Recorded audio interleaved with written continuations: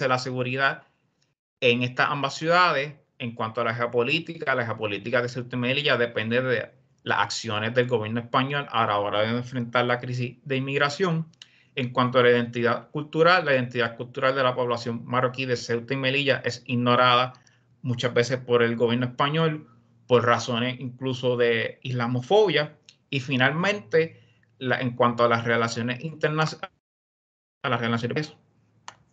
España y Marruecos se han habido afectado un poquito debido a la reacción del gobierno español ante la crisis migratoria.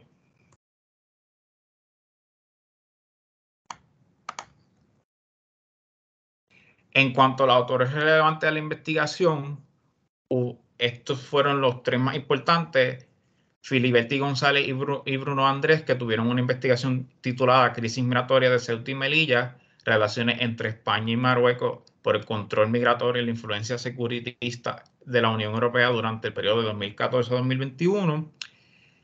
Y la doctora Raquel Alonso, de la crisis de Ceuta y la tragedia de Melilla, aspectos sociales y legales. Ya estas serían las dimensiones con su categoría. Y ahora vamos a los hallazgos. Debido a que España, contestando la pregunta de investigación, cómo las disputas de soberanía entre España y Marruecos que impactaron la crisis migratoria de Ceuta y Melilla, debido a que España es parte de la Unión Europea, significa que muchos de los inmigrantes utilizan estas ambas ciudades para poder llegar al continente europeo, lo que conlleva que estas ambas ciudades se vuelvan en una de las tres principales entradas al continente de Europa, lo que resulta la inmigración masiva y las crisis migratorias que han ocurrido. Este sería una de las respuestas que me dio uno de los entrevistados. La próxima hallazgo sería: ¿cómo la ubicación territorial de Ceuta y Melilla afectó la crisis migratoria del 2021? Como se había explicado anteriormente, debido a que estas ciudades se encuentran dentro del territorio marroquí, al entrar a estas ciudades, técnicamente entran al Estado español, y es más fácil entrar por ahí que entrar por la península ibérica, donde se encuentra la nación de España. Como aquí también la respuesta dada por uno de los participantes. Ahora, en cuanto a la identidad cultural, ¿por qué la identidad cultural juega un papel en la crisis migratoria del 2021 ocurrida en Ceuta y Melilla? Mediante la entrevista, el investigador se dio cuenta de que, aunque no se puede descartar, la identidad cultural no jugó un papel muy grande versus la dimensión, por ejemplo, de geopolítica, pero aún así el investigador considera que no se debe descartar. La respuesta que dio uno de los entrevistados. Y finalmente, en cuanto a las relaciones bilaterales, ¿cómo se afectaron las relaciones bilaterales de España y Marruecos debido a la crisis migratoria ocurrida en 2021, ocurrida en Ceuta y Melilla? Últimamente, las relaciones bilaterales de ambos países no se fueron afectadas, aparte de un breve tiempo de tensión en donde Marruecos decidió abandonar la frontera española debido a cómo la autoridad española trataron a los inmigrantes marroquíes, que resultaron muertes. Pero al final de todo, ambos países no se vieron muy afectadas las relaciones entre ellos dos, ya que ellos tienen lazos muy importantes comerciales, como es, por ejemplo, España, que tiene lazos comerciales armamentísticos con Marruecos, y Marruecos tiene con España de gas natural y cosas y petróleo. Y una de las respuestas de los participantes en cuanto a la pregunta. En cuanto a las aportaciones que dio esta investigación al campo de las ciencias políticas, primero, analizar más allá de las disputas de soberanía, como la ubicación territorial y las relaciones económicas entre España y Marruecos. Enfatizar de la geopolítica a la hora de investigar crisis entre dos estados que se ubican dentro del Estado de Marruecos y son ciudades autónomas de España, Estado perteneciente a la Unión Europea. Presentar las razones por las cuales personas emigran de su país a otro con una cultura distinta, y demostré que los lazos económicos entre distintos países pueden sobrepasar crisis éticas y geopolíticas, como se explicó anteriormente. En cuanto a las recomendaciones que se pueden hacer para futuras investigaciones, buscar previamente a realizar la investigación, la disponibilidad y la cantidad de participantes, pero utilizando los mismos criterios de inclusión, que en el caso de esta investigación serían expertos del tema, que serían personas mayores de 21 con un doctorado en relaciones internacionales, diplomacia o sociología. La próxima recomendación sería eliminar la dimensión de identidad cultural o reemplazarla por otra, como por ejemplo los tratados económicos que como se había hecho mención anteriormente, de España y Marruecos. Y finalmente, si se diera la oportunidad, ampliar la investigación para incluir residentes marroquíes, entrevistarlos, pero ya que como es un tema que son de países exteriores a Puerto Rico, pues eso incluiría fondos económicos, que pues eso depende de la persona. Y finalmente las limitaciones que tuvo el investigador a la hora de hacer la investigación fueron la cantidad de participantes que se podrían entrevistar, ya que muchas de las personas no contestaron o no quisieron participar. La próxima sería, solo se pueden entrevistar personas en Puerto Rico y no se pudieron, y no participantes de España y Marruecos que pudieron haber ahondado más profundo en el tema, ya que viven en esos países. Y finalmente, el investigador no encontró muchas investigaciones que se enfocaran en esta crisis particularmente, ya que habían investigaciones que analizaban el contexto completo de España y Marruecos, pero no específicamente esta que ocurrió. Pues eso sería todo. Gracias por escuchar. Gracias. Si puedes quitar tu pantalla, por favor. Sí.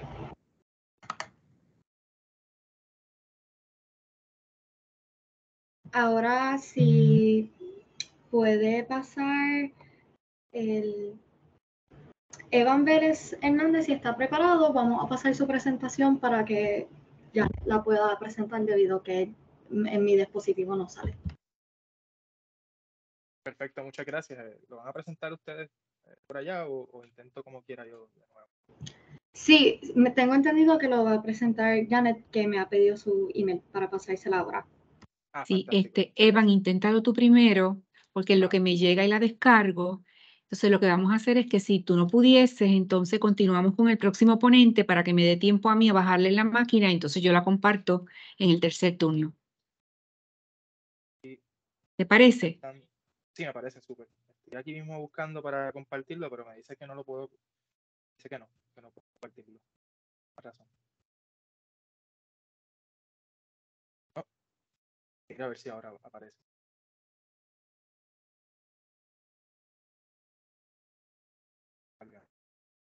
Sí, se ve. ¿Aparece? Sí, puede comenzar Sí, cuando sí. desee. Si cambio de pantalla, aparece también. Solo para Sí, correcto. Fantástico. Muchas gracias. Ahora sí podemos comenzar. Pues bueno, nuevamente disculpen los inconvenientes, pero ahora sí ya podemos darle comienzo a la investigación, a la presentación. Como les había mencionado, pues el título de la misma es Percepción de un grupo de intelectuales y políticos puertorriqueños sobre la figura de Ramón Emeterio Betance y su invisibilización en la cultura puertorriqueña. Como también anteriormente había mencionado en la pequeña introducción, pues ciertamente Ramón Emeterio Betance fue una de las figuras políticas más relevantes en la historia de Puerto Rico. No obstante, esta investigación pues lo que busca es recoger la opinión de diferentes expertos en el campo de historia y de la clase política de Puerto Rico, pues para más o menos que brinden su perspectiva en cuanto a su vida y obra, pero lo más importante es establecer si existe una desconexión entre la figura de Betance y la sociedad puertorriqueña.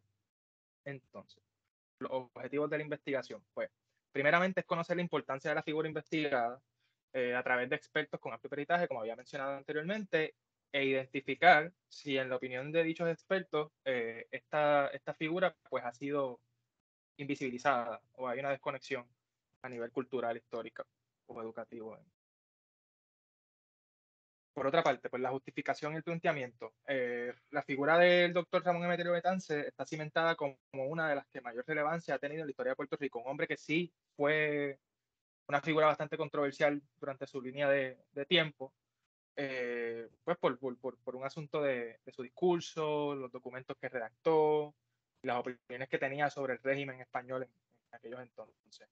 Entonces, es importante para la ciencia política hacer un estudio de la vida y obra del Dr. Betances, pues ciertamente hay que entender sus ideas y además investigar por qué en todo caso pudiera existir una desconexión entre la sociedad y las dimensiones y preguntas de investigación. Pues esta investigación se dividió en dos dimensiones, que la primera es relevancia, que eso pues mencionaba, busca conocer la importancia de la figura investigada a través de un pequeño estudio sobre su vida y obra. Entonces, la segunda dimensión sería la invisibilización, que busca identificar las razones por las cuales pudiera existir una desconexión con su figura en la isla. Vamos por acá, estas son las definiciones. Entonces, ¿por qué se escogieron? Para mí es vital, o para el investigador fue vital, que se hiciera ese estudio minucioso sobre su obra, puesto a que es importante que en la investigación se proyecte, porque es importante, que valga la redundancia, que esta persona sea reconocida y sea estudiada en las escuelas del país, en general, que la gente tenga conocimiento, ¿no? Una persona que se le denominaba como el padre de la patria. Más adelante también en la investigación, pues sí tengo diferentes opiniones al respecto, ¿verdad? Sobre ese concepto, pero el punto es ese. Entonces, pues las respuestas de los participantes del estudio ciertamente pudieran destapar un problema actual en el país, en el sistema educativo, y un problema cultural. Y por eso fue que se escogieron estas dos dimensiones. Entonces, en cuestión al método, que sería el diseño y el muestreo, pues el enfoque fue cualitativo.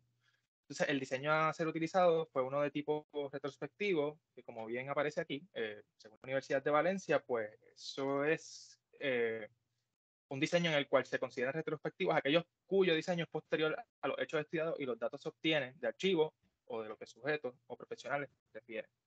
Entonces, el muestreo será de carácter no probabilístico, obviamente porque no hay un universo definido en cuestión a las personas que son expertas en el tema de Betances. Y también en la clase política, pues desconocemos cuántas personas conocen sobre la figura de Ramón Emeterio Betances. Entonces, en cuestión a la entrevista, se entrevistó un grupo de políticos intelectuales, como bien mencionaba, con amplio peritaje en el tema. Los criterios de inclusión, por lo menos en el caso de los historiadores, fueron personas que dieran cursos de historia de Puerto Rico a nivel universitario. En cuestión a la clase política, pues ciertamente no hubo ningún tipo de criterio en específico, salvo de que tuvieran un cargo, haber sido electos a un cargo. Entonces, el tipo de entrevista a ejecutar fue una abierta y específicamente utilizando como modelo la entrevista élite, que esta pues se encarga de buscar personas que tengan algún estatus o publicaciones o que sean de renombre sobre el tema que se investiga. Continuó con el procedimiento. El investigador se certificó en el Collaborative Institutional Training Initiative, aprobando el curso de Social and Behavioral Educational Researchers durante el segundo semestre del año académico 2022-2023. El investigador también en el segundo semestre se certificó en el IRB. Los participantes fueron informados del procedimiento de grabación que se iba a realizar, que fue a través de audio, a través de un documento de asentimiento y consentimiento informado. Los datos recopilados en la entrevista se guardaron en un dispositivo electrónico utilizando una herramienta de nube a la que solamente tiene acceso el investigador y el mentor de la investigación, que es el doctor Edwin Asensio. Pasado un año después de las entrevistas, el material será eliminado. Entonces, en relación al marco teórico, el marco teórico que se utilizó en esta investigación fue la ignorancia de la política y la política de la ignorancia de Peter Burke de la Universidad de Cambridge. Esta teoría más o menos expone cómo el ocultar información fomenta la política de la ignorancia, y esto se hace deliberadamente, pues para preservar, o sea, para que algunas personas preserven el poder, o se mantengan en ese estatus. Y eso más o menos se intenta asociar con la pobre presencia de Betances en el sistema educativo del país. Y aquí en la presentación, pues hablo de Ramón Albona, que él redactó una pequeña introducción para una de las obras de Félix Ojeda Reyes, que es Betances, obras completas. Si les debo el volumen en específico que fue, pero él mencionaba una línea que que creo que es bastante importante, y es como, él alega que le hacían a los estudiantes en niveles primarios aprenderse canciones sobre Jorge Washington, y sin embargo, Betance, que para los efectos es el padre de la patria puertorriqueña, pues era como una nota al calce en los libros de historia del país. Y eso se pudiera asociar con esta teoría. Y más o menos tenemos el flujograma, que esta teoría se acerca un poquito más a la dimensión de la invisibilización y el problema de la desconexión con la figura de Ramón Emeterio Betance. Entonces, cuestión a los resultados, esta es la primera tabla de la primera dimensión, que es relevancia. Aquí están las categorías que sería padre de la patria, ideología, historia de vida y prócer. Entonces, en cuestión al análisis de contenido, pues estas más o menos fueron algunas de las respuestas de los participantes ante las preguntas de quién es la figura de estudio y qué es lo que representa. Por ejemplo, aquí tenemos un comentario que dice: Ramón Emeterio Betances es una figura clave para la historia de Puerto Rico en varios niveles. Por un lado está el Betances político y el Betances médico. Es decir, este participante dividió las facetas más o menos a Betances en dos fases.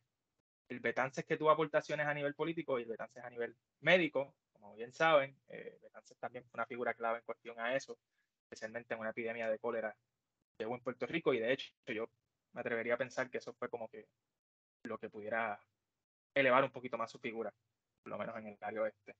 Entonces, por otra parte, tenemos un comentario aquí que dice: estamos hablando de un intelectual bien polifacético, con una gran proyección internacional durante la segunda parte del siglo XIX, alrededor del cual se constituyó toda una leyenda.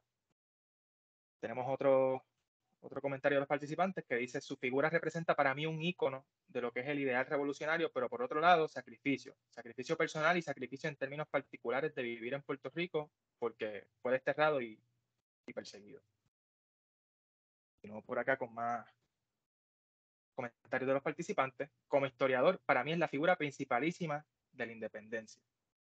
Como figura representa esa nacionalidad puertorriqueña y esa lucha por la diferenciación, y claramente sus actividades como médico investigador, obviamente enfermedades tropicales, escritor, su vida en París, abolicionista, pero el elemento fundamental es su lucha política, su visión política sobre la necesidad de la independencia de Puerto Rico. A mí por lo menos me estuvo curioso que la mayoría de los participantes, por no decir todos, en cuestión a estas preguntas, sí conocían sobre las diferentes fases de Betances.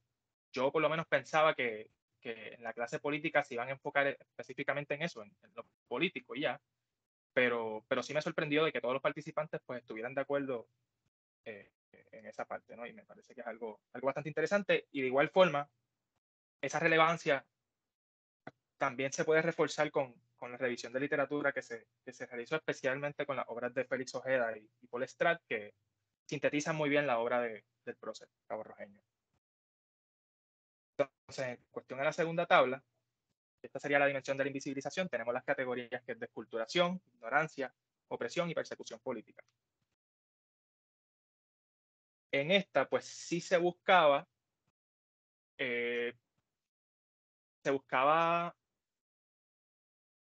establecer una posible desconexión entre la sociedad puertorriqueña y Betance, pero obviamente eso es si el participante consideraba que eso era cierto. Y aquí fue bastante curioso porque no todos los participantes estuvieron de acuerdo, a pesar de que la mayoría sí encontraron que había una desconexión con el médico. Entonces, una de las respuestas fue: sí, yo creo que sí, porque en este país se ha demonizado hasta cierto punto lo que huele a la revolución. Entiendo que sí, porque es que pudieran ser modelos de lo que no se quiere que haya modelos. Entonces, por otra parte, aquí tenemos una opinión bastante distinta que dice: pues yo creo que no, yo creo que ahora es más accesible. Pienso que sí estuvo invisible primero de la mayoría de la sociedad y exclusivamente visible para, digamos, el movimiento independentista y los intelectuales. Pero yo creo que hoy en día ya es una figura que se reconoce. Entonces, cuando se le preguntó a esas personas que consideraban que sí había una desconexión a la razón por la cual pues, existe la misma, pues una de las contestaciones fue a falta de cultura política y falta de conocimiento del siglo XIX. El siglo XIX ya ni es siquiera un tema que llame la atención de los historiadores profesionales, pero en Puerto Rico están demasiado preocupados con otras cosas. Otra persona le atribuyó dicha desconexión al modelo colonial en el que vivimos, donde todo lo que el modelo educativo históricamente escondido y ha puesto en la trastienda, todo lo que tiene que ver con la liberación de este país. Entonces, Pues pasando ya más al área de las limitaciones, pues claro está que una de las problemáticas con estudiar un tema como este es que hay un universo bastante limitado, a pesar de que hay historiadores, un montón de historiadores alrededor de Puerto Rico y también a nivel internacional que pudieran hablar más o menos sobre temas parecidos.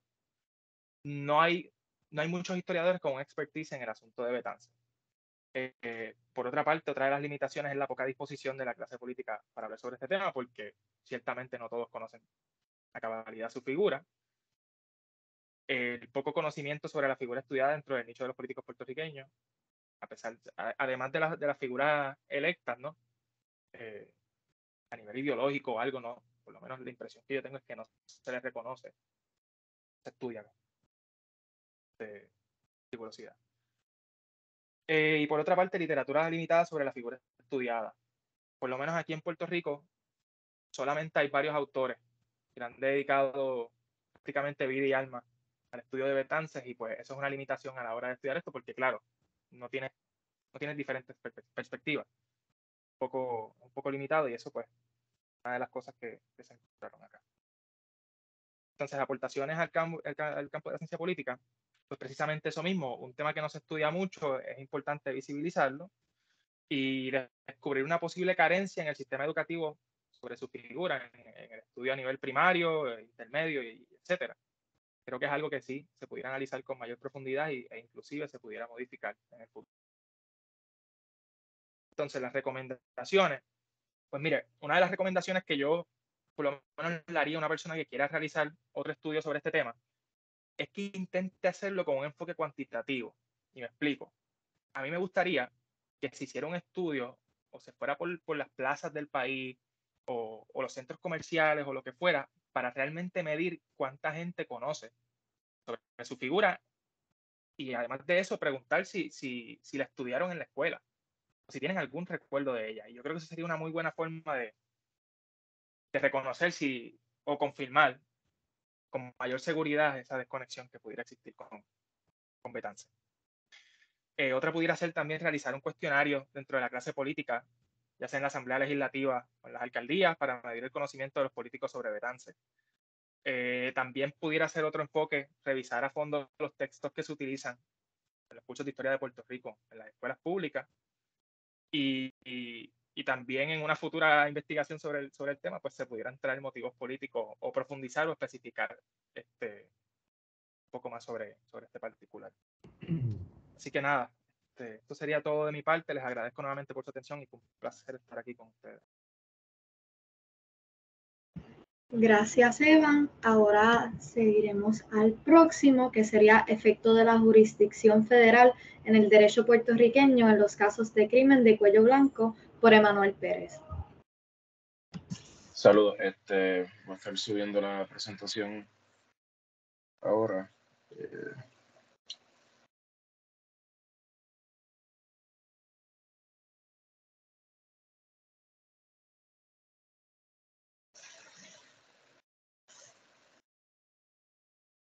Perfecto, ¿me escuchan? Sí, correcto. Puede empezar cuando desee. Perfecto, muchísimas gracias. Pues mi nombre es Emanuel Pérez, soy estudiante de Ciencias Políticas aquí en la Universidad de Puerto Rico en Mayagüez. Y como bien mencionaron, pues mi investigación se titula El efecto de la jurisdicción federal en el derecho puertorriqueño en los casos de crimen de cuello blanco. Un segundito que el cursor no me deja pasar la diapositiva.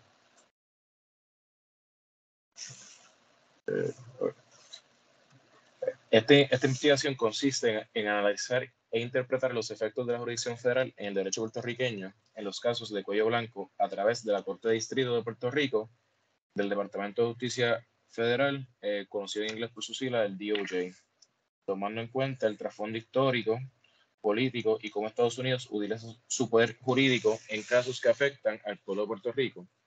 La misma busca entender el funcionamiento del procesamiento jurídico federal y qué ventajas o desventajas este sistema provee. Adicionalmente, se desea lograr determinar la efectividad del Tribunal Federal a la hora de resolver casos de cuello blanco en la isla.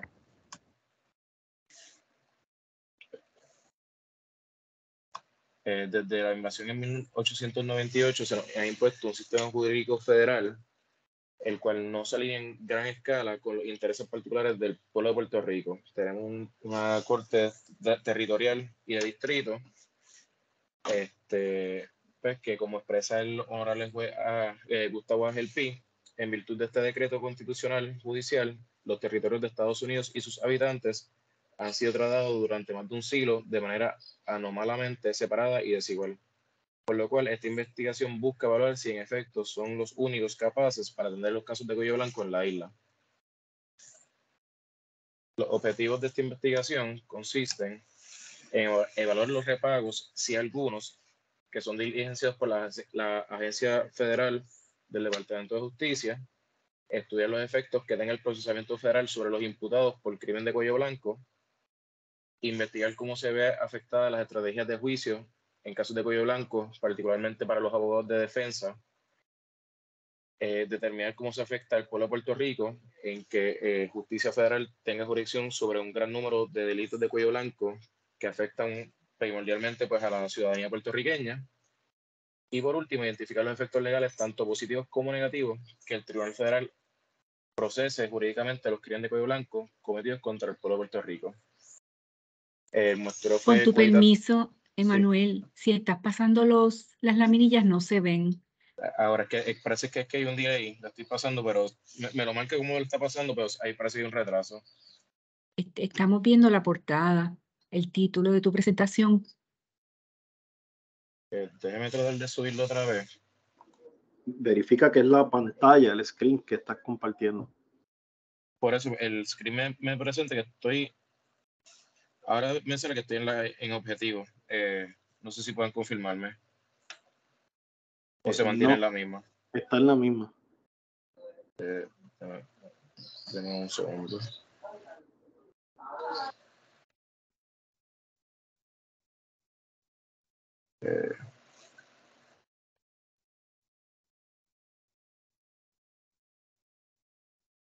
Déjeme tratar de compartirlo otra vez.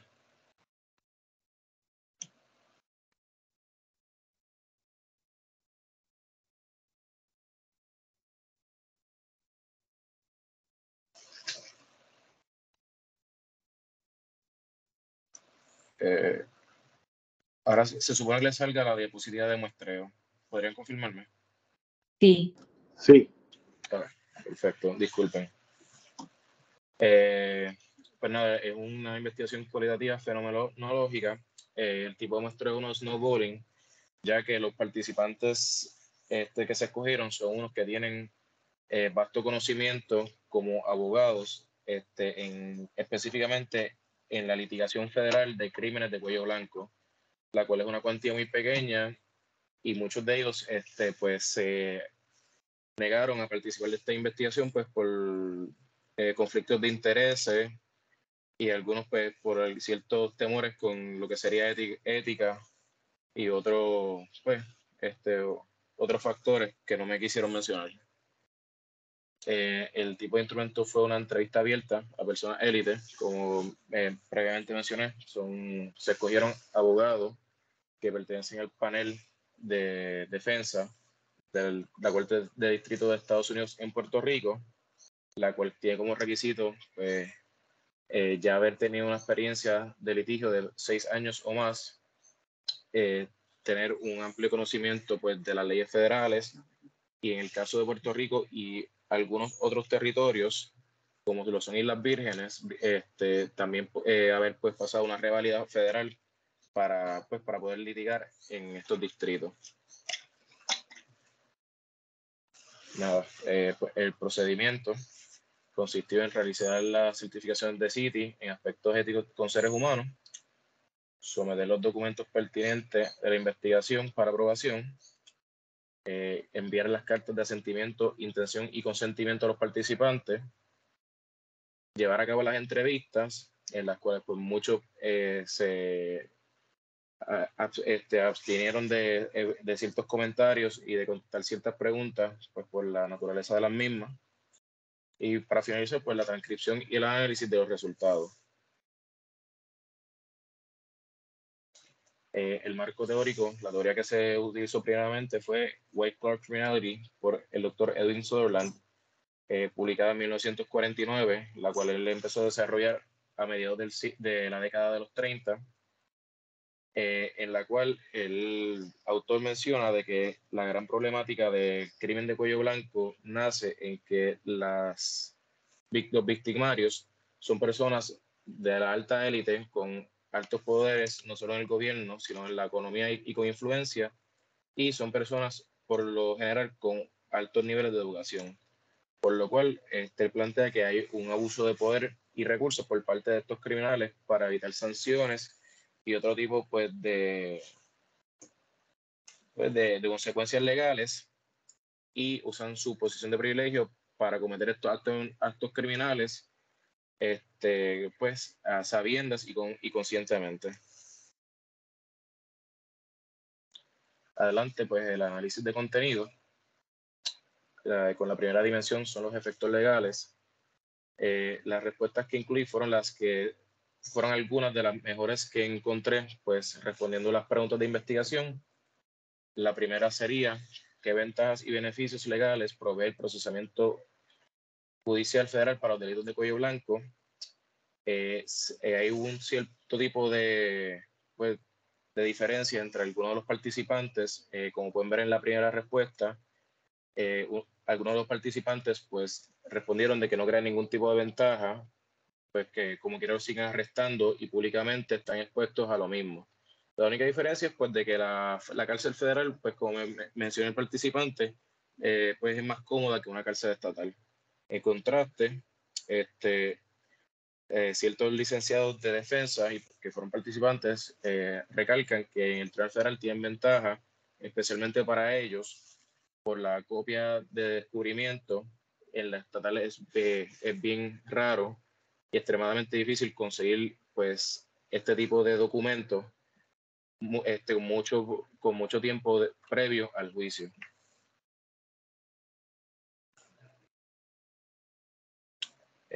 La próxima sería: ¿qué desventajas y detrimentos crea el procesamiento judicial federal para los delitos de cuello blanco? La más que se destacó para mí fue la primera, que el participante comenta que él piensa que el problema principal es que el Departamento de Justicia Estatal cede su obligación, y nosotros también cedemos nuestra obligación como país para procesar a las personas que violan nuestras leyes. Pues él comenta también adicional, no se incluyó por la naturaleza del lenguaje que utilizó, pero parafraseando, básicamente él dijo de que tenemos miedo de reclamarle a los federales de que debería ser nuestro deber procesar este tipo de criminal que nos afecta específicamente a nosotros. Otra desventaja que recalca es que el gobierno estatal está tan saturado de casos que muchas veces los tribunales no pueden con la carga de trabajo y muchos casos se caen sin llegar tan siquiera a juicio. Mientras que los federales tienen un número más reducido de casos y con muchos más recursos disponibles para trabajar los crímenes. La próxima dimensión será el control del Departamento de Justicia Federal. ¿Por qué el Departamento de Justicia Estatal no toma el control en estos casos de cuello blanco? La primera respuesta es una de las más compartidas con varios de los participantes, es que sistemáticamente nosotros como pueblo no confiamos en nuestro propio sistema de procesamiento jurídico, por lo cual preferimos que los federales tomen cargo de lo mismo. Al igual que la próxima respuesta, que fue una bastante controversial, pero también compartida entre prácticamente todos los participantes, y es que el FEI tiene un récord que es bastante pobre, en el sentido de que investiga por el Departamento de Justicia, les refiere los casos, y menos de la mitad de los casos que se investigan llegan al tribunal, y menos que eso son los que actualmente llegan a juicio. Muchos de ellos están de acuerdo que simplemente el Departamento de Justicia Estatal pues no está capacitado o no es lo suficientemente ético con sus cumplimientos a la hora de procesar estos tipos de delitos. La próxima dimensión son los repagos por los delitos cometidos. Esto es una dimensión muy importante porque siempre nos preguntamos, después de la sentencia y después de que se esclarecen los juicios, pues cómo recuperamos como pueblo pues lo que se nos robó en casos como esquemas de corrupción gubernamental, de fraude electoral y robo de propiedad y venta ilícita de propiedad gubernamental. Siempre está la pregunta, pues, cómo nosotros pues, recuperamos eso y pues más adelante, qué reparos reciben las víctimas de los crímenes de cuello blanco por parte del gobierno federal. Muchos de los participantes, especialmente los abogados de defensa y algunos fiscales, comentan que nunca en el tiempo que llevan ejerciendo han escuchado de alguien que haya recibido algún tipo de beneficio del Fondo de Víctimas, un fondo preexistente en el Departamento de Tesorería Federal, que está conectado al Departamento de Justicia Federal, el cual se encarga y tiene como tarea emitir repagos a las víctimas de todo tipo de delitos, no solo de cuello blanco, sino de cualquier otro tipo de delito que los tribunales federales atiendan. Tanto el estatal como el federal tienen la autoridad para restituir pérdidas a las víctimas. Usualmente están atadas a condiciones para probatoria y libertad supervisada, pero como vuelven y comentan, muchas veces no he sabido de alguna vez que se haya llevado a cabo este tipo de repago. La dimensión de efecto sobre los imputados. ¿Qué garantías ofrecen los tribunales locales versus los federales? Prácticamente tienen la misma garantía, un juicio justo e imparcial, y considerablemente, pues, las sentencias federales son mucho más leves para los imputados que las estatales. Por eso, pues, muchos optan por tener un juicio y ser juzgados por los federales que por los estatales. En el caso, pues, de la estatal, un servidor que sea convicto por corrupción o por algún otro tipo de delito de cuello blanco no tiene derecho probatorio, mientras que en la federal sí. Y como pues bien mencioné, las sentencias estatales son más severas que las federales. Los efectos sobre los abogados de defensa sería la última dimensión. Los requisitos para ser un abogado de defensa, muchos mencionan ser creativo, tener sensibilidad ante el cliente, pero no apasionarse, ya que muchos de estos criminales son personas públicas con cierto nivel de reconocimiento ante la sociedad, y muchas veces pues eso cega a muchos de los funcionarios trabajando este tipo de casos. La dimensión emergente sería qué caso de cuello blanco cada participante creía que ha tenido mayor impacto en la sociedad puertorriqueña, y todos mencionaron el caso de Víctor Fajardo, un caso donde se robaron millones al Departamento de Educación, que se transfirieron a fondos de campaña, en lo que no ayudaron a nada a la sociedad, y todavía hoy en día se ve el impacto y el efecto de este delito cometido contra la educación. Las recomendaciones es que se haga un estudio sobre el impacto económico que esto tiene en la sociedad, ya que los abogados de por sí, muchos participantes, pues no tienen una data fija o una data confiable sobre cuánto pues, esto ha afectado económicamente al país. Analizar la eficiencia del panel del FEI, ya que muchos recalcan de que hace una labor muy pobre y tiene un desempeño muy pobre por su parte. Que se integren jueces y fiscales estatales en el proceso de entrevista, contemplar la recurrencia de este tipo de delitos en Puerto Rico, ya que es algo bastante común en nuestra sociedad, tristemente, y hacer un estudio comparativo de las tasas de criminalidad de cuello blanco con otros estados de los Estados Unidos. Las aportaciones al campo de estudio sería el conocimiento del procesamiento criminal en los casos de cuello blanco, el entendimiento del rol del Departamento de Justicia Federal en Puerto Rico, destacar los factores que influyen en uno de los tipos de crimen que más afecta al país, y por último, las limitaciones es el acceso a varios fiscales con experiencia en este tipo de delitos, en una población muy pequeña, que muchos pues se abstuvieron a participar de esta investigación, el acceso a jueces federales. El investigador trató de obtener acceso, pero fue denegado múltiples veces. Acceso a información sensitiva, como pues bien mencioné al principio, hay mucha información sensitiva, conflictos de intereses por parte de los abogados y fiscales que participaron, así que no pudieron proveer tanta información como pues me hubiese gustado. y pues encontrar más abogados de defensa federal con experiencia en casos de cuello blanco, ya que la población es extremadamente pequeña en este país. Eso sería todo. Muchas gracias.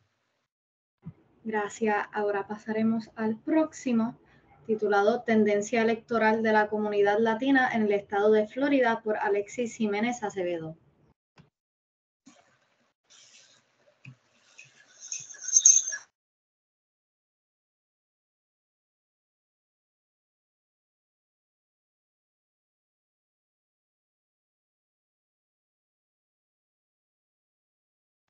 Se ve completo, ya puede comenzar.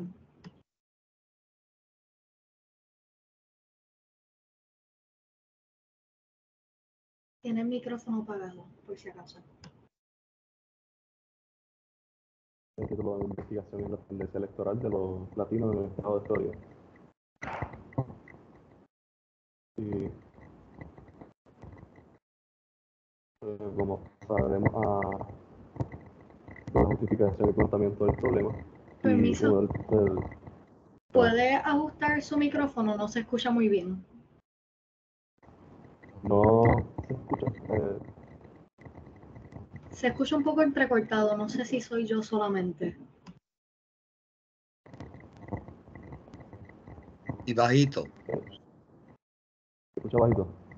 Bueno, déjeme ver si sería la conexión o a qué micrófono está conectado a la computadora.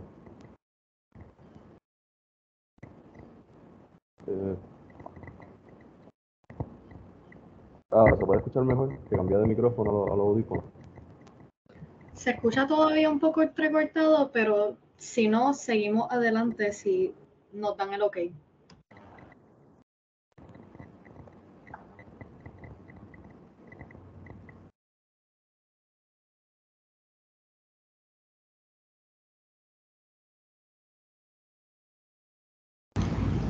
¿Y se escucha mejor ahora? Sí, perfecto, puede seguir.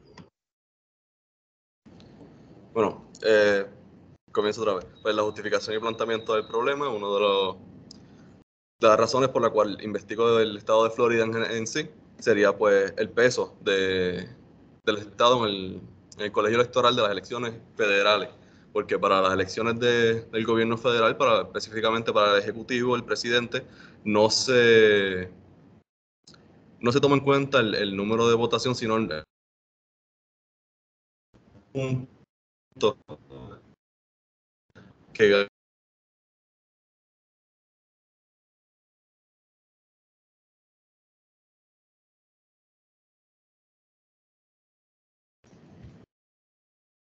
perdón, ¿me escuchan? ¿Me escuchan? Sí, ahora sí, puede seguir. Pues, como mencionaba, el estado de Florida es uno que no se asocia históricamente solamente a un estado. No es un estado seguro como se cualifica California, como se cualifica Nueva York, que es algo que me señalaron inclusive tanto la literatura como los participantes cuando estaba haciendo las entrevistas. Que, por cierto, dentro del proceso era una entrevista.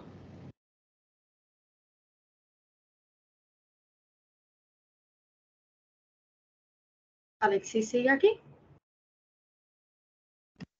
Yo pienso que perdió conexión. Pues para no seguir, ¿verdad?, con el tiempo, vamos a darle paso que presente Andrea y le escribimos a Alexis aparte para que pueda recuperar su conexión. Así que, Andrea, si usted está disponible, puede presentar.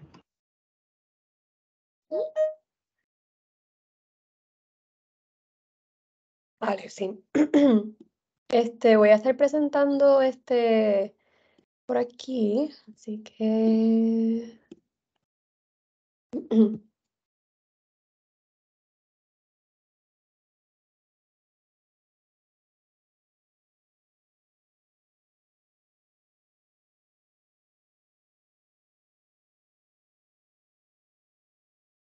¿se puede ver la presentación o aún no? Todavía. Todavía. Todavía, vale. Déjenme ver por aquí. Disculpen, bendito.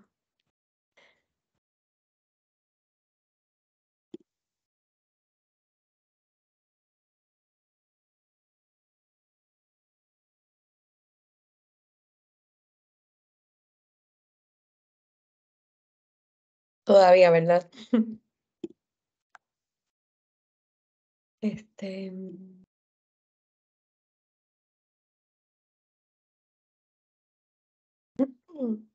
este,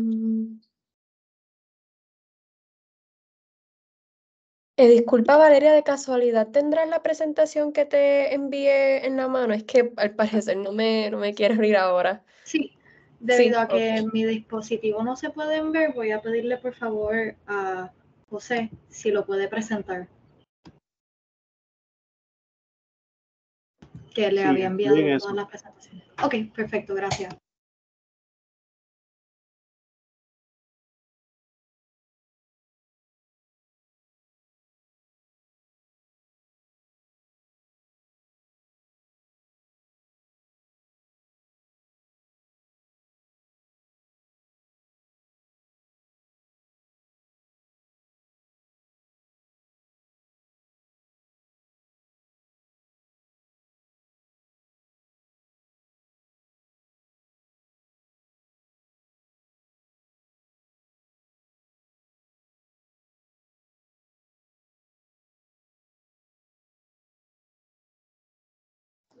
¿La pueden ver?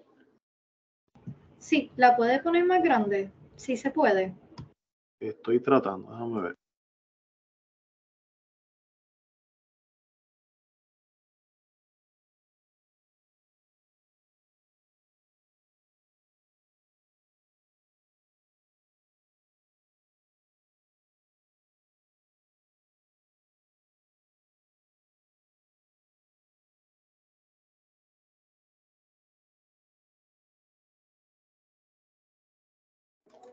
¿La pueden ver o se quedó pequeña? Se puede ver, no obstante se Se ve ven bien. los slides al lado, pero podemos seguir. Andrea, ¿está ya Claro, bien? sí. Ok. Sí, pues nada, muy buenas tardes a todos y todas aquí presentes. Mi nombre es Andrea Conti Rodríguez. Actualmente estoy completando mi cuarto y último año en el programa de historia aquí en el recinto y hoy les estaré presentando mi tema de tesina, parte del curso de investigación histórica ofrecido por profesora la doctora Ramonita Vega Lugo, y el mismo se titula La Ley 45 de 1919 y sus repercusiones en el salario de la obrera tabacalera puertorriqueña entre 1919 y 1924.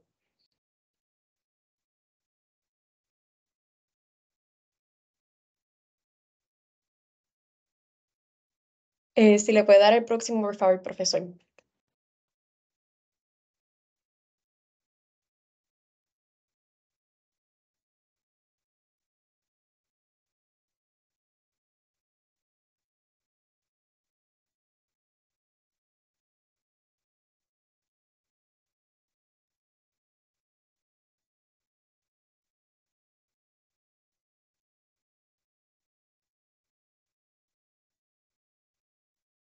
Vale, continuando, pues la investigación surgió a partir de un interés particular sobre la Ley 45 de 1919, la cual tuvo el objetivo de establecer por primera vez en la historia de Puerto Rico un salario mínimo para las mujeres trabajadoras. Sin embargo, esta legislación se aprobó con una clara exclusión de las obreras de las industrias agrícolas, entre estas la industria del tabaco. A partir de esto es que nace una preocupación sobre los derechos de estas obreras, al igual que una preocupación sobre su bienestar económico, debido a que también esta situación se da dentro de un contexto histórico altamente congestionado y precario.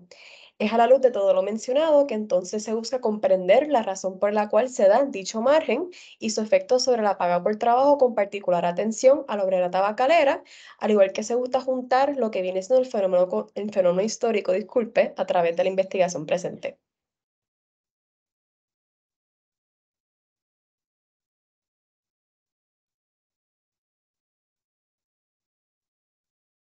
Profesor, ¿pudiera pasar la próxima diapositiva, por favor?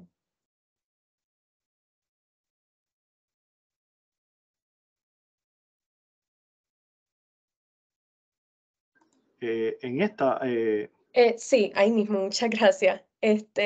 Para poder cumplir con este objetivo, en la tarde de hoy estaremos haciendo un recorrido de los años más importantes de esta legislación, comenzando en el 1918 con los preámbulos de la Ley 45, y continuando con la aprobación de la Ley 45, la eventual inclusión parcial de la obrera tabacalera en 1920, así continuando con 2 años de crisis dentro de la industria del tabaco y culminando con la decisión de la Corte Suprema de Estados Unidos, lo que eventualmente proporcionó la derogación de la Ley 45 en el año 1924.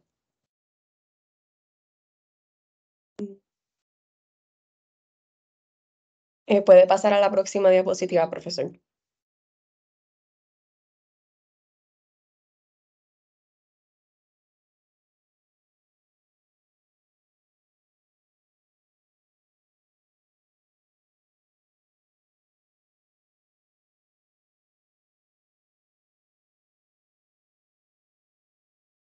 Muchas gracias.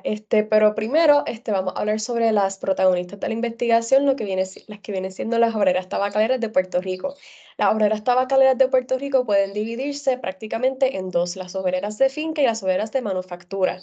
Por un lado, las obreras de finca se encargaban de la recolección de las hojas de tabaco y le era pagado por pesada. Una pesada viene siendo la paga por peso de tabaco recolectado. Cada finca debía establecer una cantidad de peso determinado para entonces poder remunerar económicamente a sus trabajadoras. Por ejemplo, para una obrera poder recibir una paga de, por ejemplo, 10 centavos, ella debía recolectar para el final de su jornada, para poner un número, unas 4 libras. El labor de estas mujeres era reconocido como uno inestable por la variabilidad de las temporadas altas y bajas, tanto de cultivación como de cosecha, y una situación análoga ocurría con su paga. Por otro lado, las obreras de manufactura se encargaban de la selección de las hojas de tabaco según su calidad y su preparación para la manufactura de cigarros y o cigarrillos. Igualmente trabajaban por pesadas, solo que en lugar de pagarles por peso de tabaco recolectado, era por peso de tabaco manufacturado. Esta labor era inestable por semejantes condiciones, pero su paga fluctuaba según 2 factores particulares. El primero viene siendo la calidad de los materiales presentes y las hojas de tabaco. Puede pasar a la próxima diapositiva, profesor.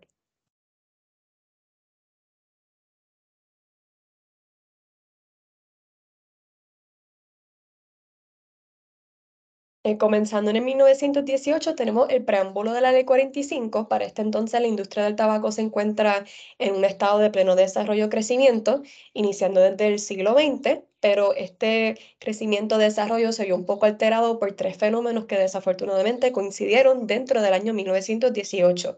Comenzando con la Primera Guerra Mundial, fue un conflicto bélico que se encontraba en sus etapas culminantes. En cuanto a su efecto en Puerto Rico, podemos ver que de cierto modo era positivo, debido a los ingresos obtenidos por las exportaciones de ciertos productos, entre ellos el tabaco no manufacturado. Sin embargo, si observamos su efecto interno, podemos ver que fue uno negativo, debido a que proporcionó una alza desmedida en el costo de vida, al igual que produjo salarios y pesadas sumamente bajas, si se toma en consideración que para ese entonces había una bonanza producto del comercio extranjero. Por otro lado, teníamos las huelgas agrícolas iniciadas en el 1917, las cuales se centraron mayormente en la industria azucarera, pero sí trastocaron la industria del tabaco. En cuanto al enfoque de esta investigación, podemos ver que hubo un total de 28 huelgas decretadas por estas obreras de finca y fábrica. Y finalmente tenemos el terremoto de San Fermín de octubre de 1918. Este fue un fenómeno que tuvo una magnitud de 7.3 y sí llegó a producir daños dentro de las fincas y fábricas en Puerto Rico, al igual que hubo muchos daños notables dentro de la infraestructura de varios municipios en donde se emprendía esta labor. Para este entonces, la paga estimada de la obrera de finca era entre 25 y 45 centavos y la paga estimada de la obrera de manufactura se encontraba entre los márgenes de los 20 y 75 centavos. Puede pasar a la próxima diapositiva, profesor. Para el 1919, presumiblemente para poder acatar esta situación de las pesadas y los salarios inestables, la Asamblea Legislativa de Puerto Rico aprobó la Ley 45 titulada estableciendo el mínimo de jornal para mujeres trabajadoras y para otros fines. Esta ley fue aprobada el 9 de junio de 1917 y entró en vigencia el 7 de septiembre de 1919. A partir de la sección 1 se estableció un salario mínimo semanal de $4 para obreras menores de 18 años y de $6 semanales para obreras mayores de 18 años. Como previamente establecido, se excluyó completamente a la industria agrícola y según los datos obtenidos del censo de 1920, más o menos para este año se encontraban unas 15.240 obreras tabacaleras activas dentro de esa industria particular, pero a la vez eran excluidas de la cláusula de la Ley 45. Puede pasar a la próxima laminilla, profesor. Continuando en 1919, vemos que la paga de las obreras de finca tiene un decrecimiento agudo debido a que ahora la paga se encuentra entre los rangos de 25 y 35 centavos, pero desafortunadamente pues, no se pudieron encontrar cifras sobre las obras de manufactura. Sin embargo, sí se pudo evidenciar un total de 10 huelgas decretadas por ambas obreras. Puede pasar a la próxima, por favor. Ya para el 1920 vemos un aumento en ambas pagas de ambas obreras, comenzando con las obreras de fábrica, encontramos una paga que varía entre los $51.50, la paga estimada de las obreras de manufactura se encuentra entre los 35 centavos y $1.50, y las huelgas decretadas por ambas suman un total de 12. Sin embargo, lo que nos interesa dentro del año de 1920 viene siendo que finalmente se da la inclusión parcial de la obrera tabacalera dentro de la Ley 45. ¿Cómo? Se da a través de la demanda excepcional Pueblo de Puerto Rico versus Álvarez. Dentro de esta demanda, la obrera tabacalera de manufactura, de nombre Regina Quiñones, demanda a su patrono Fernando Álvarez, reclamando que éste no le había pagado el salario mínimo establecido por la Ley 45. Esta demanda es bastante inusual debido a que las labores tabacaleras no estaban incluidas dentro de la ley, pero todo cambió con la decisión del juez asociado Wolf. El juez asociado Wolf encontró culpable al patrono Fernando Álvarez, estableció el lenguaje legislativo, incluyendo el sistema de paga de la pesada, junto al sistema de paga por hora, más bien conocido como el salario, pero importantemente, él incluye, o más bien destaca, que los labores de la obrera de manufactura de tabaco no era un trabajo necesariamente agrícola, sino industrial, por lo que se le podía incluir dentro de la cláusula de la Ley 45. Cabe destacar que para este año sí surgió una segunda demanda, Pueblo versus Rosenstadt and Waller Inc., pero esta viene siendo más de índole procesal. Puede pasar a la próxima, profesor. Ya para 1921, a pesar de que ya tenemos esa incorporación de la obrera de manufactura dentro de la ley, vemos que dentro de la industria del tabaco existe una crisis dual. La primera parte de esta crisis vienen siendo cambios por parte de la compañía Puerto Rico American Tobacco. Esta compañía, Puerto Rico American Tobacco, era altamente reconocida por monopolizar, la producción tabacalera en la isla. Dentro de estos cambios se encontraba la reducción de la paga, el cierre de fábricas, el cese de la compra de tabaco a los pequeños agricultores y la reducción de la jornada laboral. Esto fue una consecuencia de la otra cara de la crisis, lo que viene siendo el precario estado financiero a nivel isla. Para este entonces se dio un descenso de los precios de los productos agrícolas principales en el mercado internacional. Tras nosotros haber sido una isla primordialmente agrícola para aquel entonces, Puerto Rico sufrió los embates de esta crisis de una manera bastante pronunciada. Esto se puede ver reflejado en la paga de la obrera de finca, que viene siendo entre los 30 a 75 centavos. Sin embargo, no podemos tener unas cifras que detallan los salarios, o más bien las pesadas, de las obreras de manufactura, al igual que no hay ninguna información sobre sus huelgas. Sin embargo, dentro del informe de la Policía de Puerto Rico para estos años, sí se destaca que sí ocurren huelgas, pero estas huelgas iniciadas por estas obreras son sumamente cortas debido al hambre y la necesidad de un empleo que sufren estas mujeres después de cierto tiempo de estar fuera de ese mismo trabajo. En sí, fueron pues estos dos factores que entonces estas obreras se enfrentan a tener que volver a esas condiciones nefastas de trabajo. Dentro de la demanda que exaltamos aquí en el 1921 está la demanda de Pueblo versus Puerto Rico American Tobacco Company, una demanda en la que la obrera Emilia Álvarez demanda a la compañía tras esta no haberle pagado el salario mínimo establecido por ley. En este caso, el juez asociado Wolf nuevamente emite una opinión señalando la culpabilidad de la compañía, pero este caso nos enseña prácticamente que las infracciones sobre la ley 45 no tan solo se encontraban por la negligencia de los pequeños patronos, como fue el caso del primer caso, vale la redundancia, sino también era por la negligencia de las compañías a gran escala. Puede pasar a la próxima, profesor. Ya para 1922 encontramos a un Puerto Rico un poco más recuperado económicamente, pero encontramos una industria tabacalera debilitada. En cuanto a la paga estimada de las obreras de fincas, encontramos que estos datos son desconocidos y la paga estimada de las obreras de manufactura se encuentra entre los 30 y 50 centavos con una sola huelga decretada entre ambas obreras. Puede pasar a la próxima, profesor. Ya para 1923 empieza a cambiar el panorama un poco a partir de la decisión de la Corte Suprema de Estados Unidos. En el 1923 la Corte Suprema de Estados Unidos decidió derogar la ley de salario mínimo de la mujer en los Estados Unidos. ¿Qué relación tiene la ley de salario mínimo de la mujer en Estados Unidos con la ley 45? Esta viene siendo que la ley estadounidense particularmente la ley de salario mínimo, se considera como la antecesora inmediata de la ley 45. Si bien la ley 45 se aprobó a raíz de la ley estadounidense de salario mínimo, lo mismo puede ocurrir en el proceso de derogación. En Arroyo Habichuela, si bien la ley 45 se estableció por la decisión de la Corte Suprema de Estados Unidos de establecer una ley de salario mínimo, la ley 45 se puede derogar por la decisión de la Corte Suprema de Estados Unidos en derogar la ley de salario mínimo.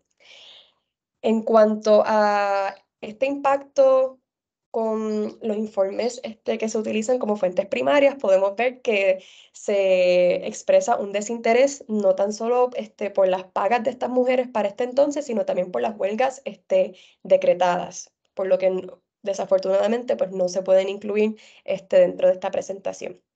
Puedes seguir con la próxima diapositiva.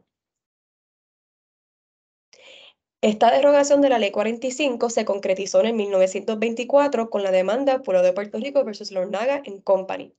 A través de esta determinación se encuentra...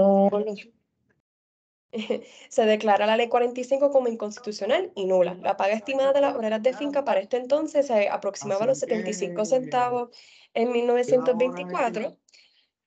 Y para 1925 se encontraba entre los rangos de 25 centavos y 75 centavos.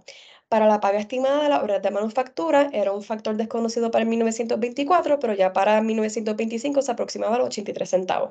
Puede pasar a la próxima, profesor. Aquí podemos visualizar un poco mejor el impacto en la paga. Todas las pesadas que llevan ese asterisco a la derecha vienen siendo las pesadas bajo la vigencia de la Ley 45. Sorprendentemente podemos ver que la obrera de finca tuvo un pequeño aumento en el rango de su salario si es comparado con el de la obrera de manufactura, que prácticamente comienza con un salario entre los 20 centavos y 75 centavos en 1918 y culmina con un aproximado de 83 centavos para 1925. Puede pasar a la próxima, profesor.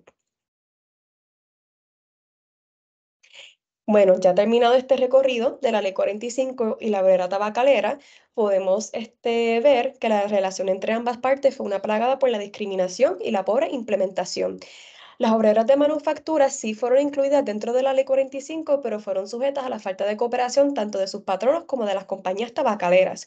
Por otro lado, las obreras de finca fueron marginadas completamente de la protección salarial y esta los mantuvo como uno de los trabajos peores remunerados, disculpen, dentro de la industria del tabaco. Sin embargo, a pesar de estas distinciones, ambas fueron marcadas por las consecuencias de la Primera Guerra Mundial y los demás fenómenos pueden percibirse como aspectos que exaltaron esta inestabilidad. Sin embargo, cabe destacar que esta negligencia no tan solo se limitó a lo salarial, sino también hubo pobres condiciones laborales, y esto fue un asunto que también se replicó en las otras industrias agrícolas de la época, como la cafetalera y azucarera, y estos dos aspectos los resalto porque los encuentro muy importantes para el desarrollo de esta investigación rumbo al futuro. Puede pasar a la próxima diapositiva, profesor.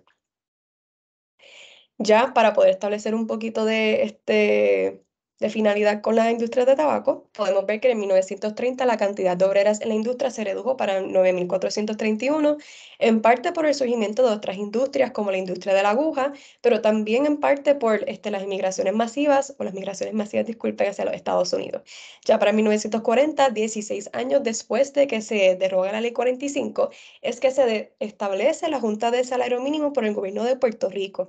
Sin embargo, ya para esta época la industria del tabaco se encontraba en un proceso de de decadencia, el cual culminó en la década del 70, ya que para este entonces la cantidad de obreras tabacaleras ya no se encontraba en cantidades de miles, sino de cientos, disculpen, o décimas. Bueno, ya con esto doy concluida mi presentación. Muchísimas gracias a todos y a todas por asistir, por escucharme hoy. Me gustaría dar un agradecimiento especial al doctor Hosanna Sagasti por ayudarme a presentar, por haber dado la oportunidad también de presentar. Y también un agradecimiento infinito a la profesora Ramonita Vega Lugo, que sin ella esta investigación completa no se pudo haber hecho. Así que muchísimas gracias, profesora. Gracias nuevamente a todos y a todas. Excelente día a todos y a todas. Ahora pasaremos nuevamente a Tendencia Electoral de la Comunidad Latina en el Estado de Florida por Alexis Jiménez Acevedo. Él está enfrentando problemas con el Internet y conexión, por lo que va a brevemente mencionar sus objetivos, hallazgos y conclusiones fundamentales. Cualquier pregunta en el segmento de preguntas, por favor. Siguiente. Bueno, perdonen los inconvenientes, que la conexión local no está ayudando mucho. Pero, pues como mencionaba, comenzar a mencionar otra vez, la participación electoral de los latinos en Florida ha sido un poco interesante porque, o sea, históricamente los latinos se han afiliado al Partido Demócrata, y a nivel nacional el 60% de los latinos en el 2022, en las elecciones de medio término por el Senado, por el Congreso, votaron el 60% por el Partido Demócrata y un 39% por los candidatos republicanos. Sin embargo, para elecciones locales, para el gobernador de Florida, solamente un 58% se estima que los participantes puertorriqueños respaldaron a DeSantis. Y históricamente los candidatos puertorriqueños han sido los más afiliados al Partido Demócrata. Así que se puede mencionar que en el estado de Florida, especialmente, que es un estado swing state, un estado importante, como mencionaron varios de los participantes, era el estado a ganar para poder ganar las elecciones presidenciales. Es interesante que se estén afiliando los grupos minoritarios de mayoría en el estado, que son los cubanos y los puertorriqueños, hacia el Partido Republicano. Específicamente por la manera en que luego del huracán María los participantes republicanos mostraron compromiso con la isla, y la diáspora puertorriqueña empezó a afiliarse pues con los candidatos que mostraran alguna afiliación hacia la isla, al gobierno local. Otra vez, muchas gracias por su atención, y eso entiendo que fue a vuelo de pájaro, pero cualquier pregunta me contestaré luego en la época de preguntas, en la área de preguntas. Sí, ahora pasaríamos al segmento de preguntas. Muchas gracias. Y vi que ya tiraron una pregunta por el chat, la voy a leer, del profesor Edwin Asensio Pagán. Es cómo se produjo la independencia de los sectores que proponen su investigación, para Ernest. ¿Puedes repetir la pregunta? Sí. ¿Cómo se produjo la independencia de los sectores que propone en su investigación? Marruecos se independizó de España y Francia en el 1956 mediante un tratado que hubieron entre los tres países, aunque ambas ciudades, Ceuta y Melilla, terminaron como ciudades autónomas de España. Luego comenta la aportación en la diáspora, ¿qué implicaciones tuvo en las últimas elecciones? Es para Alexis.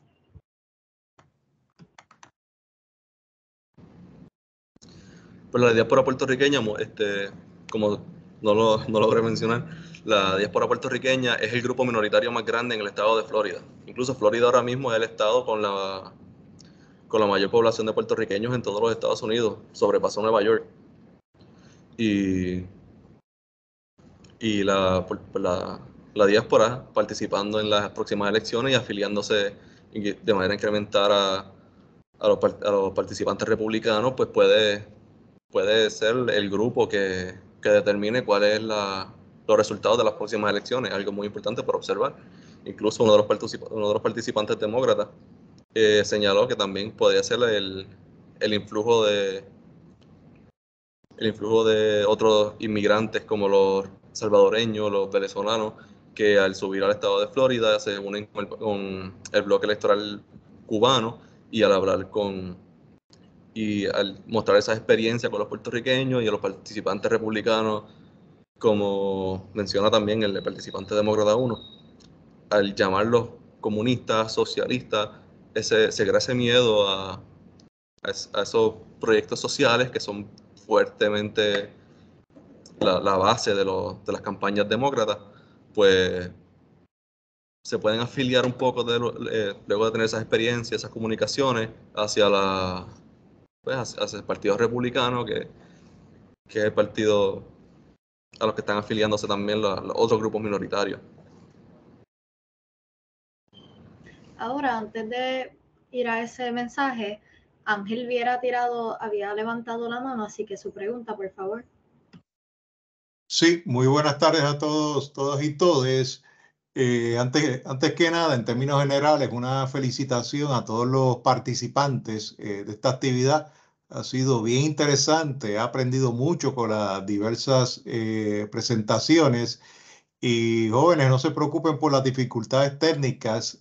Como yo le digo a mis estudiantes de las clases, la tecnología es sumamente traicionera y aquí pues tuvimos evidencia de eso, y a pesar de esas dificultades pues pudieron hacer un excelente trabajo. Tengo una pregunta específica para Ernest. Usted indicó que una de las dificultades que confrontó, una de las limitaciones más bien, de la investigación fue que solamente se pudo entrevistar a personas en Puerto Rico y no se pudo, ¿verdad?, entrevistar a personas en España o en Marruecos.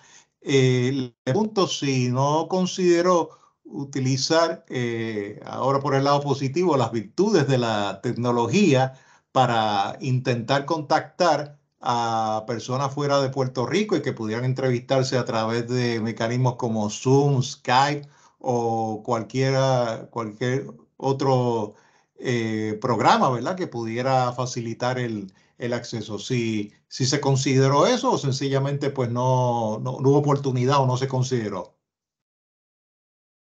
Pues gracias por la pregunta, profesor. Y sí se consideró, e incluso yo llegué a enviarle correo electrónico a profesores en España, pero nunca me contestaron y o sea que nunca llegué pues, a entrevistar gente de otros países porque nunca me contestaron.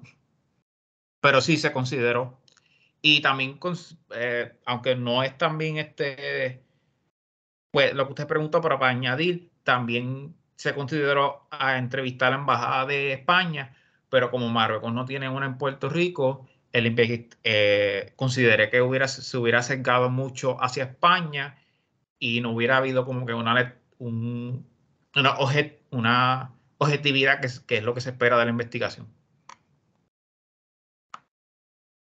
Gracias. Ok, pasaríamos otra vez al chat de parte de Edwin Asensio Pagán. Sería para todos: ¿cómo sus investigaciones aportan al área de estudio de la ciencia política?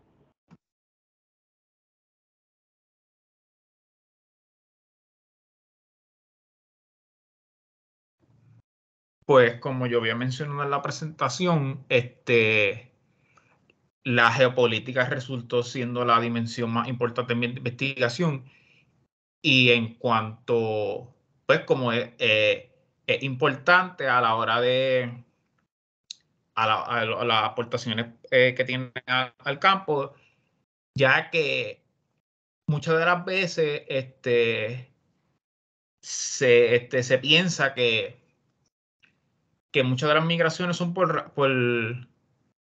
razones bueno, sí, por razones económicas o culturales, pero una de las principales razones por qué ocurrió la crisis y por qué mucha gente se muda a estas ambas ciudades es porque se encuentran dentro de Ceuta y Melilla, dentro de Marruecos y son parte de España, que es un país que está en la Unión Europea, o sea que una vertiente más fácil llegar a esas ambas ciudades para poder volverse ciudadano europeo, a versus ir a otro estado europeo más lejos, que le costaría más.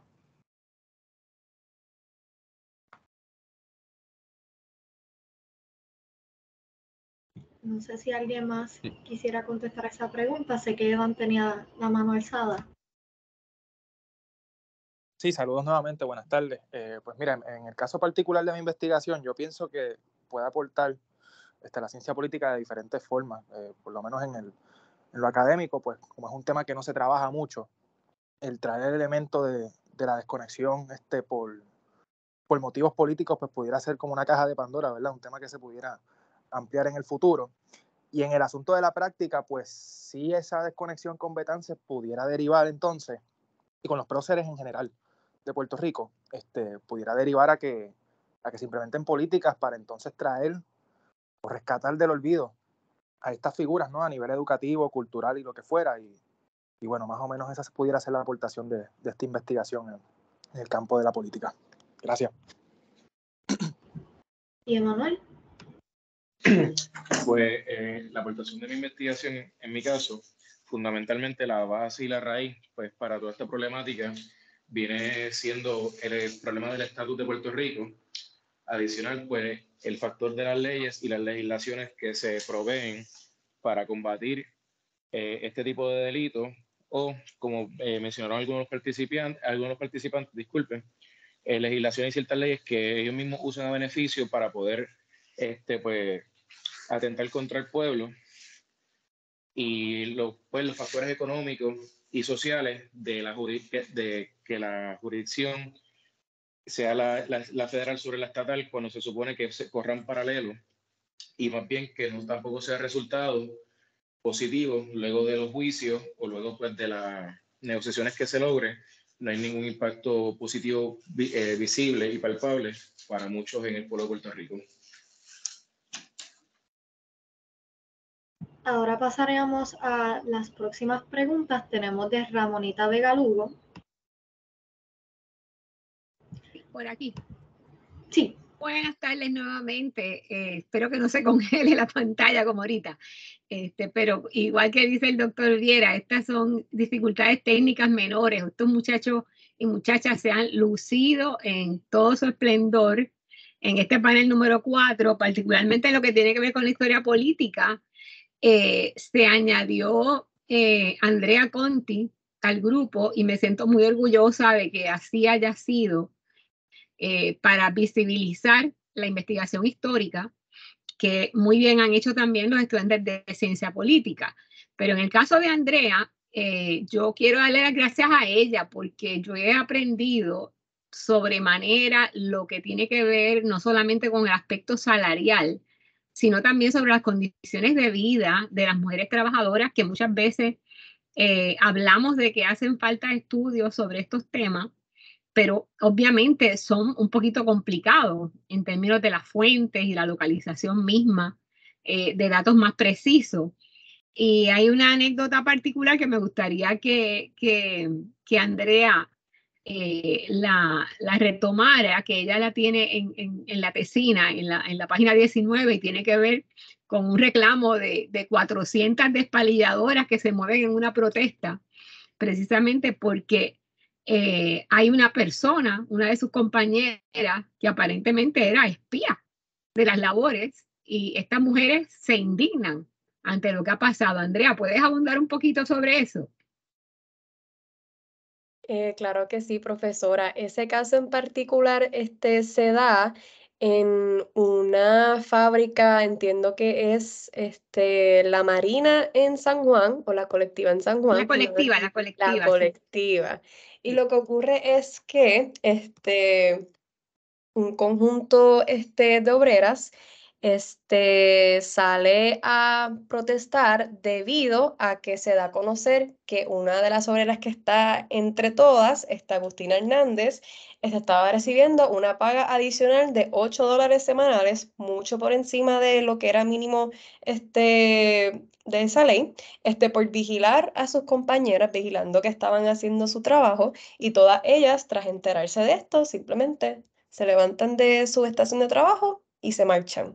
Llevan a cabo una manifestación que duró poco tiempo, pero sí lograron a través de esa indignación poder expulsar a esta obrera que estaba ganando mucho más que ella por la simple labor de verificar y decirle a su patrono que si estaban trabajando bien o no. Y sí, esta es la pequeña anécdota. Gracias. Pues que eso es un ejemplo de muchos otros que están en el trabajo de ella, que no es simplemente un trabajo de número, o sea, que va más allá de esto que hemos presentado aquí, o sea, de lo que ella ha presentado, mejor dicho, porque es quien conoce verdaderamente el tema. Y pues nuevamente te felicito, Andrea, y a todos los jóvenes que participaron en este simposio, porque la verdad, yo llevo desde esta mañana sentada. Solamente me he levantado a tomar café al mediodía y volví otra vez a sentarme. Esto ha sido muy buen simposio, los felicito a todos. Y a los profesores, obviamente, también mentores en estos espacios. Ahora nos faltarían 3 minutitos y tenemos 2 preguntas. No creo que no nos dé más tiempo después de eso. Así que antes del mensaje tenemos a José. Sí, hola. Gracias y felicidades, ¿no?, a todos los ponentes en este panel. Mi pregunta es para precisamente Andrea. Yo no he visto la tesina, por supuesto, pero tenía una pregunta, porque este periodo que discutes es uno de muchas movilizaciones laborales y de algunas organizaciones de la clase trabajadora, el Partido Socialista. ¿Qué nos puedes decir sobre la posición, si alguna, de estas organizaciones, como el Partido Socialista, por ejemplo, con respecto a los reclamos de estas mujeres? Bueno, ese factor político no se exploró tanto dentro de la tesina, pero sí hay información sobre la participación de estas obreras dentro de la Federación Libre de Trabajadores de Puerto Rico, liderada por, se me escapa el apellido, pero sé que es Santiago. Santiago Iglesias Pantín. Ese mismo, sí. Iglesia Pantín. Sí, que él está muy involucrado dentro de lo que son los reclamos de estas mujeres, inclinándonos un poquito más para el 1917-18, pero ese conjunto entre esa federación con las despalilladoras de tabaco y las obreras de finca está claramente expresada en varias fuentes primarias que pude encontrar para la tesina. Gracias, Andrea. Si me las puedes enviar, te lo agradezco. Por supuesto. Ahora, si bien no me equivoco, era una pregunta para Emanuel y era cómo pudo lidiar con los fiscales que tienen casos vigentes de crímenes de cuello blanco. Pues cuando... ¿Puedes repetir la pregunta otra vez? Disculpe. Sí. ¿Cómo pudo lidiar con los fiscales que tienen casos vigentes de crímenes de cuello blanco?